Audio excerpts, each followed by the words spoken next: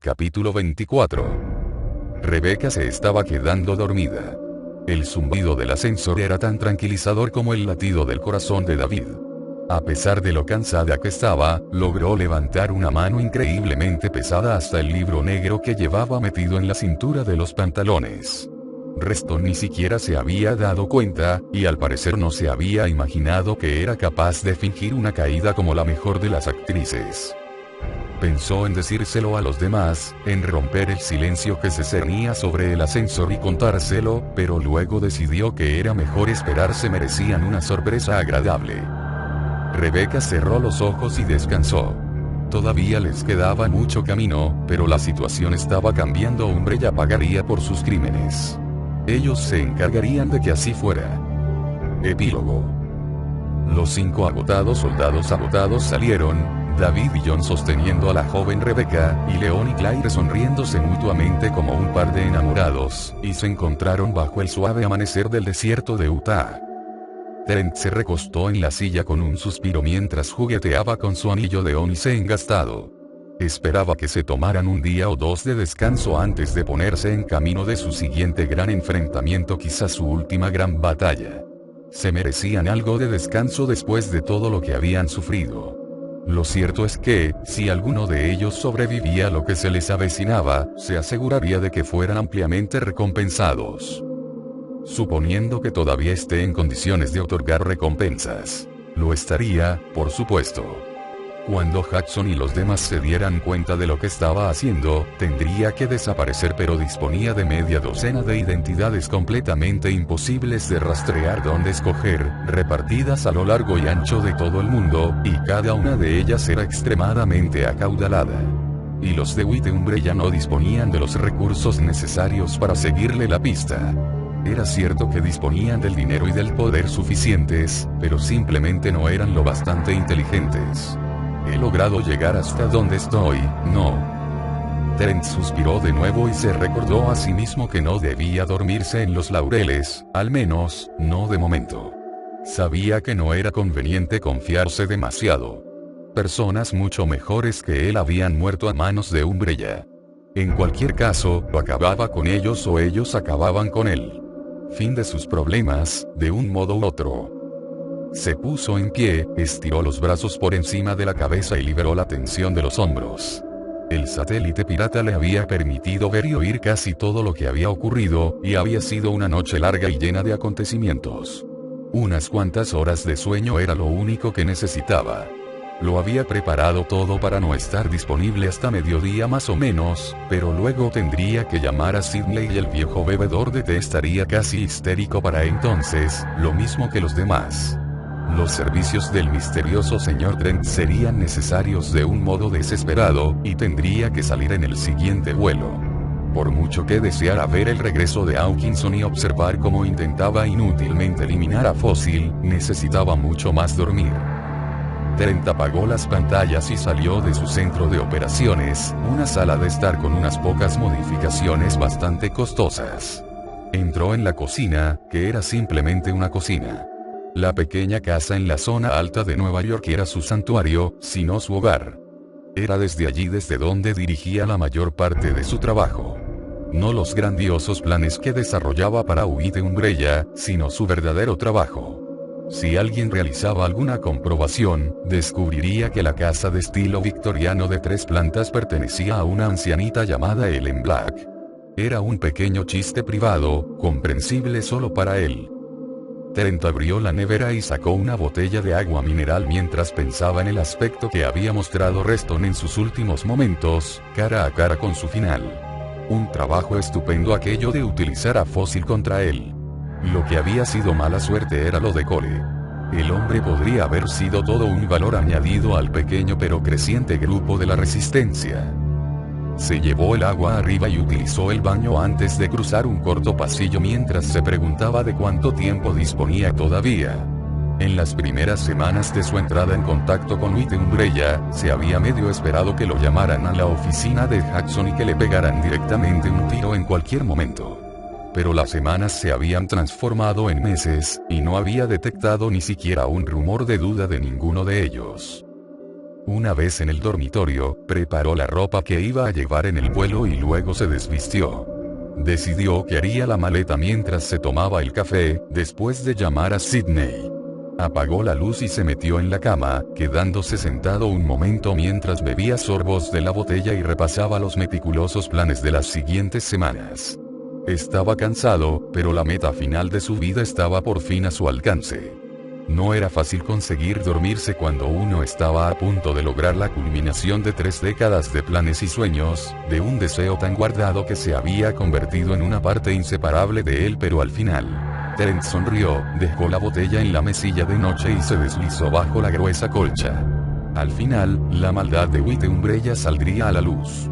Matar a los protagonistas hubiera sido mucho más fácil, pero no hubiera quedado satisfecho con sus muertes. Quería verlos destruidos, financiera y emocionalmente, con sus vidas destrozadas en todos los sentidos prácticos. Y cuando llegase ese día, cuando los jefes vieran todos sus preciosos esfuerzos convertirse en cenizas, allí estaría él. Él estaría allí para bailar sobre la tumba de sus sueños, y sería realmente un día maravilloso. Y como hacía a menudo, Terence repasó el discurso que tenía en la mente, el discurso que había pasado toda una vida practicando para ese día. Jackson y Sydney tendrán que estar allí, lo mismo que los chicos europeos y los financieros japoneses, Mikami y Camilla. Todos ellos sabían la verdad, habían sido conspiradores en la traición. Estaré de pie ante ellos, sonriendo, y les diré. Por si acaso alguno de ustedes lo ha olvidado, les haré una breve introducción.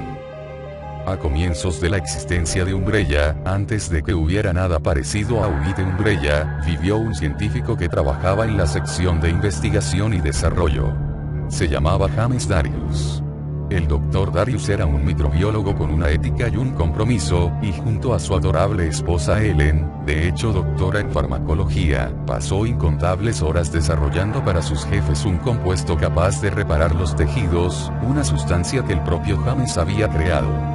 Aquel compuesto que absorbió tantas horas de trabajo del matrimonio era una estructura vírica de diseño brillante que, si se desarrollaba adecuadamente, poseía el potencial de reducir enormemente el sufrimiento de la humanidad, e incluso de erradicar las muertes por heridas traumáticas.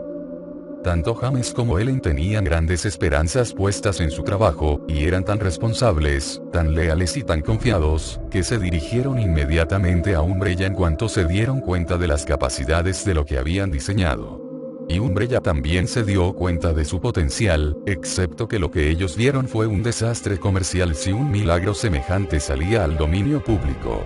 Imagínense todo el dinero que una compañía farmacéutica podría perder si millones de personas dejan de morir cada año, pero imagínense también la cantidad de dinero que se podría ganar si aquella estructura vírica pudiera desarrollarse para tener aplicaciones militares.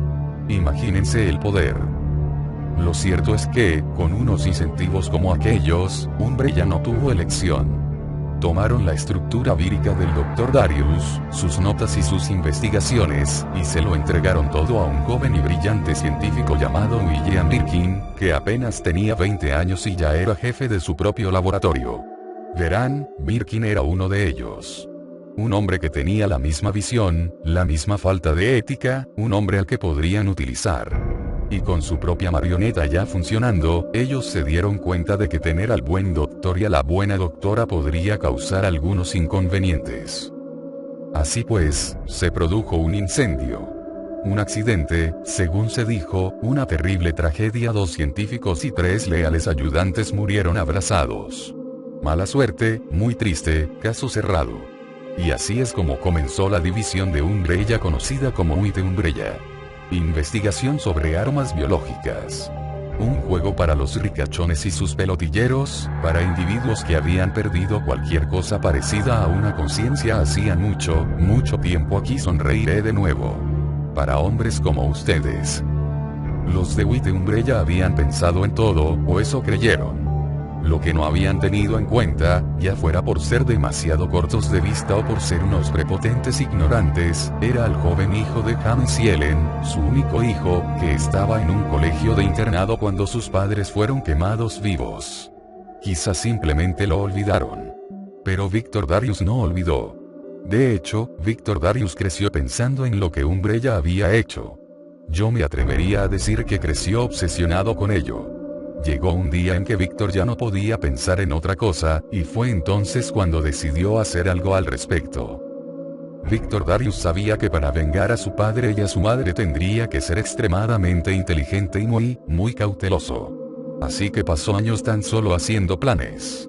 Y más años aprendiendo lo que necesitaba saber, e incluso más años estableciendo los contactos adecuados, moviéndose en los círculos de poder adecuados, y se comportó de un modo tan tortuoso y tan deshonesto como sus enemigos. Y un día asesinó a Umbrella, lo mismo que ellos habían asesinado a sus padres. No fue fácil, pero estaba decidido a ello, y había dedicado toda su vida a aquel proyecto.